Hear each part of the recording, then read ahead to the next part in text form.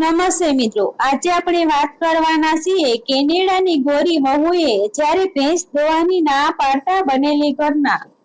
કેનેડાની ગોરી વહુ જ્યારે ગુજરાતના ગામમાં પહેલીવાર ભેંસના તબેલામાં ઊભી રહી ત્યારે આખું ગામ તેને જોવા માટે ભેગું થઈ ગયું હતું. પણ કોઈને ખબર નહોતી કે થોડા જ મહિનાઓમાં આ છોકરી એવી કમાલ કરશે કે લોકો તેને ઉદાહરણ તરીકે યાદ રાખશે.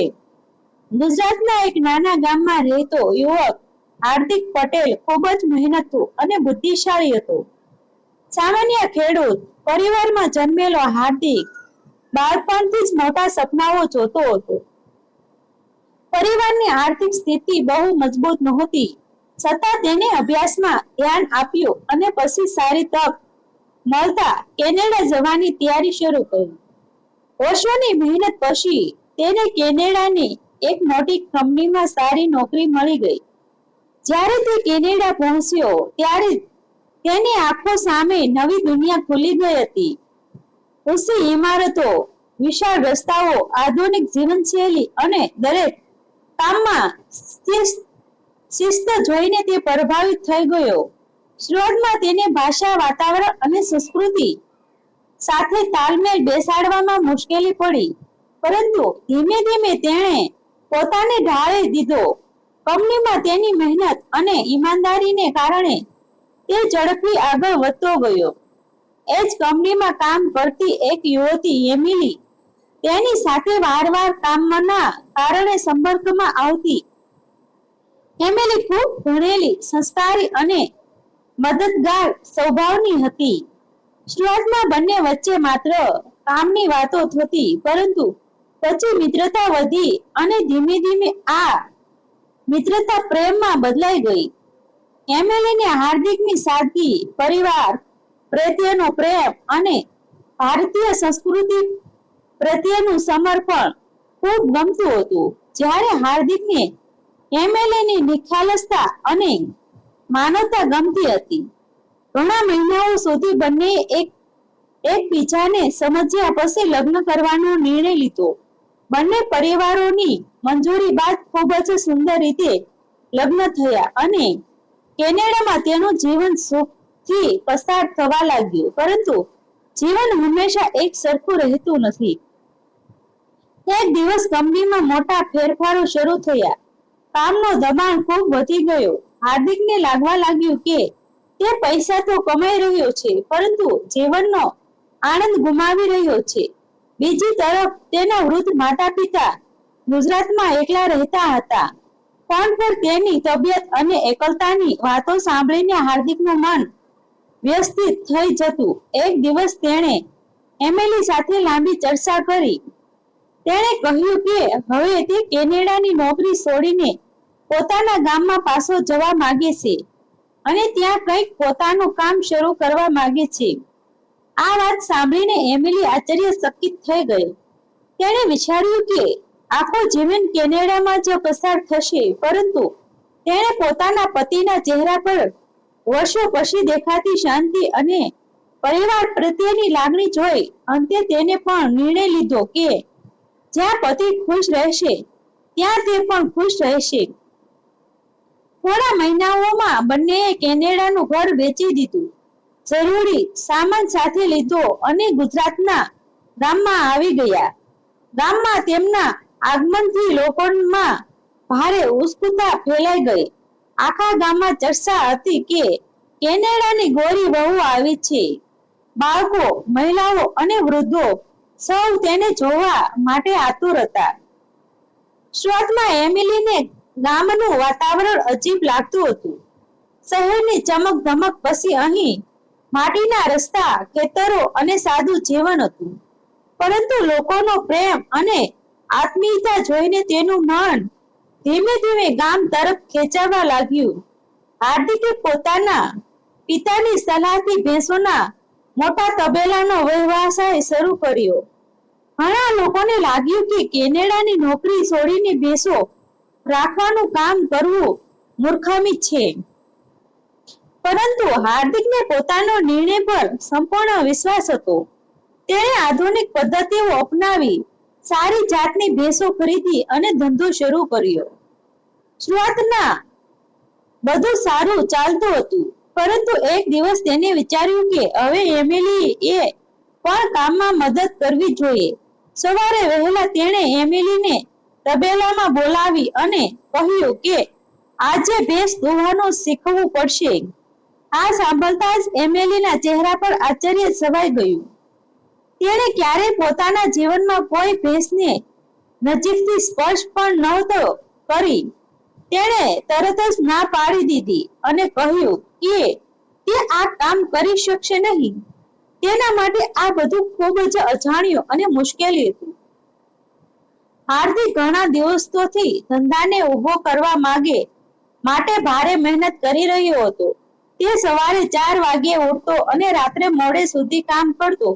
તેથી જ્યારે એમિલીએ વારવાર ના પાડી ત્યારે તેને થોડો ગુસ્સો આવી ગયો.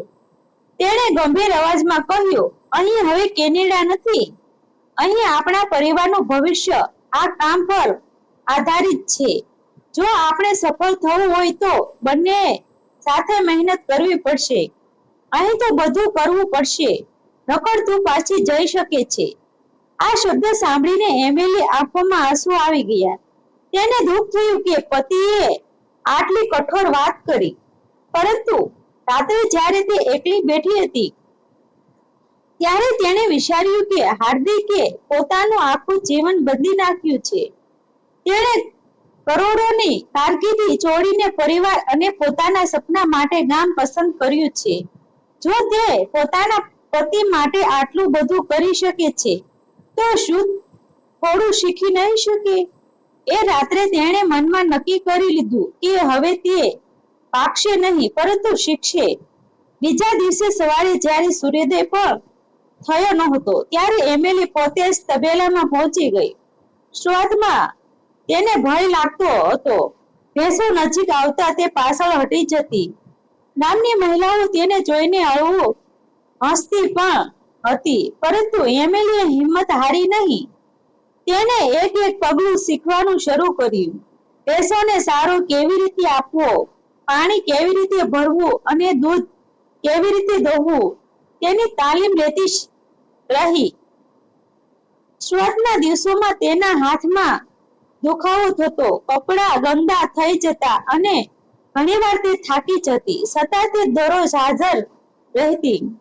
ધીમે ધીમે તેની અંદર આત્મવિશ્વાસ આવવા લાગ્યો. ગામની મહિલાઓ પણ હવે તેની પ્રશંસા કરવા લાગી. જે લોકો પહેલા મજાક ઉડાવતા હતા તેઓ હવે કહેતા હતા કે આ ગોરી વહુમાં તો ખરેખર જબરદસ્ત હિંમત છે. એક દિવસ એવો આવ્યો જ્યારે એમિલીએ પોતાની રીતે આખી ભેંસ દોહી બતાવી. હાર્દિક દૂરથી તેને જોઈ રહ્યો હતો. તેના ચહેરા પર ગર્વ સ્પષ્ટ દેખાતો હતો. તેને સમજાઈ ગયું કે તેની પત્ની હવે માત્ર કેનેડાની યુવતી નથી રહી, પરંતુ ગુજરાતના ગામની એક મજબૂત અને મહેનતુ વહુ બની રહી છે.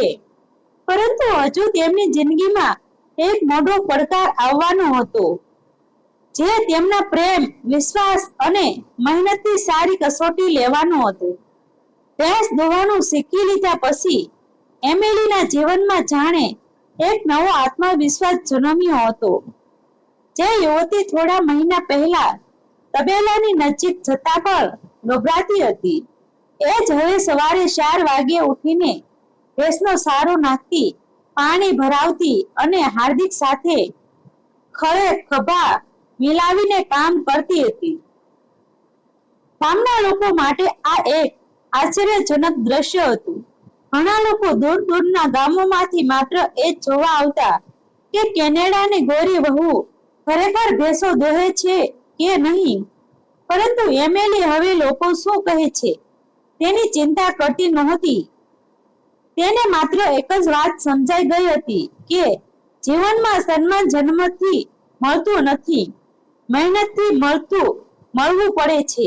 હાર્દિક પણ હવે પહેલા કરતા ઘણો ખુશ રહેવા લાગ્યો હતો.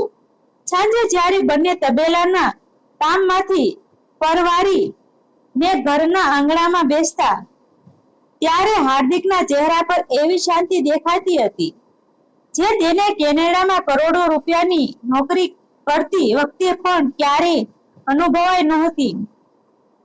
તેને લાગતું હતું કે તેને જીવનનો સૌથી યોગ્ય નિર્ણય લીધો છે, પરંતુ ઘણીવાર જ્યારે માણસ જીવનમાં આગળ વધવા લાગે છે ત્યારે પડકારો પણ તેની પરીક્ષા લેવા માટે આવી પહોંચે છે. એક વર્ષ સુધી તેમનો ધંધો ખૂબ સરસ ચાલ્યો. દૂધની ગુણવત્તા સારી હોવાથી આસપાસના શહેરોમાં પણ તેમની ઓળખ બનવા લાગી. સ્થાનિક ડેરીઓ તેમની પાસેથી દૂધ લેવા માટે સ્પર્ધા કરવા લાગી. ગામના લોકો પણ હવે હાર્દિકને મૂર્ખ નહીં પરંતુ દૂરદેશી માણસ તરીકે જોવા લાગ્યા. પરંતુ એક ઉનાળાની સવાર તેમના માટે કાળજું કપાવી નાખે એવી સાબિત થઈ. તબેલાની કેટલીક ભેંસો અચાનક બીમાર પડી ગઈ. પહેલા તો સામાન્ય તકલીફ લાગતી હતી, પરંતુ 2 દિવસમાં સ્થિર ગંભીર બની ગઈ. પછી ચિકિત્સકે તપાસ કરીને જણાવ્યું કે એક ચેપી રોગ ફેલાયો છે અને જો સમયસર નિયંત્રણ ન રાખવામાં આવે તો આખો તબેલો જોખમમાં આવી શકે છે. આ સમાચાર સાંભળતા જ હાર્દિકના પગ નીચેની જમીન સરકી ગઈ. વર્ષોની મહેનત અને આખી મૂડી ભેંસોમાં જ રોકાયેલી હતી. જો ભેંસોને કંઈ થઈ જાય તો બધું બરબાદ થઈ શકે હતું. તે રાત્રે હાર્દિક ઊંઘી શક્યો નહીં. તે તબેલાની બહાર બેઠો ભવિષ્યની ચિંતા કરતો રહ્યો. પરંતુ જ્યારે તે ચિંતામાં ડૂબેલો હતો ત્યારે એમિલીએ તેની બાજુમાં બેસીને તેનો હાથ પકડી લીધો અને ધીમા અવાજે કહ્યું, તમે જ્યારે કેનેડા છોડીને અહીં આવ્યા હતા ત્યારે પણ બધાને લાગતું હતું કે તમે નિષ્ફળ જશો, પરંતુ તમે સફળ થયા. આ મુશ્કેલી પણ પસાર થઈ જશે. આપણે સાથે છીએ ને. એમિલીના આ શબ્દોમાં એટલી શક્તિ હતી કે હાર્દિકના મનમાં ફરી આશાનો દીવો પ્રગટ્યો. બીજા દિવસથી બંનેએ દિવસ રાત એક કરી દીધા. ડોક્ટરની સલાહ મુજબ ભેંસોની સારવાર શરૂ કરી, તબેલાની સફાઈ વધુ કડક બનાવી અને દરેક પશુઓની ખાસ કાળજી લીધી. ઘણા દિવસો સુધી બંને યોગ્ય રીતે ઊંઘવાનો સમય પણ મળ્યો નહીં. ઘણીવાર રાત્રે 2 વાગ્યે પણ તેઓ તબેલામાં જ દેખાતા. ગામના કેટલાક લોકો તેમની મદદ માટે આગળ આવ્યા, પરંતુ સૌથી વધુ મહેનત એમિલી કરતી હતી, જેને ક્યારે પશુપાલન વિશે કંઈ ખબર નહોતી. તે હવે બીમાર ભેંસોની સેવા કરતી, દવાઓ આપતી અને કલાકો સુધી તેમની પાસે બેઠી રહેતી. એક રાત્રે તો એક ભેંસની સ્થિતિ ખૂબ જ ગંભીર થઈ ગઈ. ડોક્ટરે આશા લગભગ છોડી દીધી હતી, પરંતુ એમિલી આખી રાત તેની બાજુમાં બેઠી રહી. સવારે જ્યારે ભેંસ થોડું સારું અનુભવવા લાગી ત્યારે હાર્દિકની આંખોમાં આંસુ આવી ગયા. તેને સમજાઈ ગયું કે તેની પત્નીએ હવે આ તબેલાને માત્ર ધંધો નહીં પરંતુ પરિવારનો ભાગ માની લીધો છે. ધીમે ધીમે પરિસ્થિતિ સુધરવા લાગી. ઘણી ભેંસો સાજી થઈ ગઈ અને મોટું નુકસાન ટળી ગયું. આ ઘટના પછી ગામના લોકોમાં એમિલી માટેનું માન અનેક ગણું વધી ગયું. હવે કોઈ તેને કેનેડાની છોકરી કહીને ઓળખવાતું નહોતું. લોકો તેને પ્રેમથી અમારી એમિલી વહુ કહેવા લાગ્યા હતા. ગામની મહિલાઓ જ્યારે કોઈ મુશ્કેલીમાં પડતી ત્યારે તેની સલાહ લેવા આવતી. બાળકો તેને જોઈ ખુશ થઈ જતા. એક વિદેશી યુવતી ગામની સંસ્કૃતિમાં એટલી ભળી જશે તેની કલ્પના કોઈએ કરી નહોતી. પરંતુ સૌનો મોટો બદલાવ હજુ આવવાનો હતો. એક દિવસ રાજ્યના કૃષિ વિભાગના કેટલાક અધિકારીઓ ગામની મુલાકાતે આવ્યા. તેમને હાર્દિકના તબેલાની કામગીરી જોઈ અને આશ્ચર્યચકિત થઈ ગયા. આધુનિક પદ્ધતિઓ, વ્યવસ્થા અને પશુઓની સંભાળવાનું સ્તર ખૂબ જ ઉત્તમ હતું. જ્યારે તેમને ખબર પડી કે આ સમગ્ર વ્યવસ્થામાં એક કેનેડિયન યુવતી પણ મહત્વની ભૂમિકા ભજવે છે, જ્યારે તેઓ વધુ પ્રભાવિત થયા. થોડા સમય પછી હાર્દિક અને એમિલીએ રાજ્ય સ્તરીય કાર્યક્રમમાં આમંત્રણ કરવામાં આવ્યા.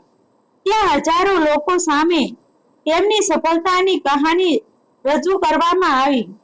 જ્યારે એમિલી સ્ટેજ પર પહોંચી ત્યારે તેને ટોટક ગુજરાતી ભાષામાં કહ્યું, મને પહેલા લાગતું હતું કે ખુશી મોટા શહેરમાં અને મોટી નોકરીમાં હોય છે, પરંતુ આજે સમજાયું છે કે સારી ખુશી પરિવાર, મહેનત અને પ્રેમમાં હોય છે. તેના આ શબ્દ સાંભળીને આખો હોલ તાળીઓના ગડગડાટથી ગુંજી ઉઠ્યો. સમય પસાર થતો ગયો. તબેલા હવે એક મોટો ડેરી ફાર્મમાં બદલાઈ ગયું. આસપાસના ઘણા યુવાનો ત્યાં રોજગાર મેળવવા લાગ્યા. હાર્દિક અને એમિલીએ નક્કી કર્યું કે તેઓ માત્ર પોતાનું જીવન જ નહીં, પરંતુ અન્ય લોકોનું જીવન પણ સુધારશે. તેમણે ગામના ગરીબ બાળકોના અભ્યાસ માટે સહાય શરૂ કરી. મહિલાઓને સ્વરોજગાર માટે તાલીમ આપવાનું કામ શરૂ કર્યું અને પશુપાલન ક્ષેત્રમાં નવી ટેકનોલોજી વિશે ખેડૂતોને માર્ગદર્શન આપવાનું પણ શરૂ કર્યું. તેમની સફળતા હવે માત્ર પૈસા સુધી મર્યાદિત નહોતી. તેઓ અનેક લોકો માટે પ્રેરણા બની ગયા હતા. એક સાંજે બંને પોતાના ફાર્મની બાજુમાં ઊભા હતા.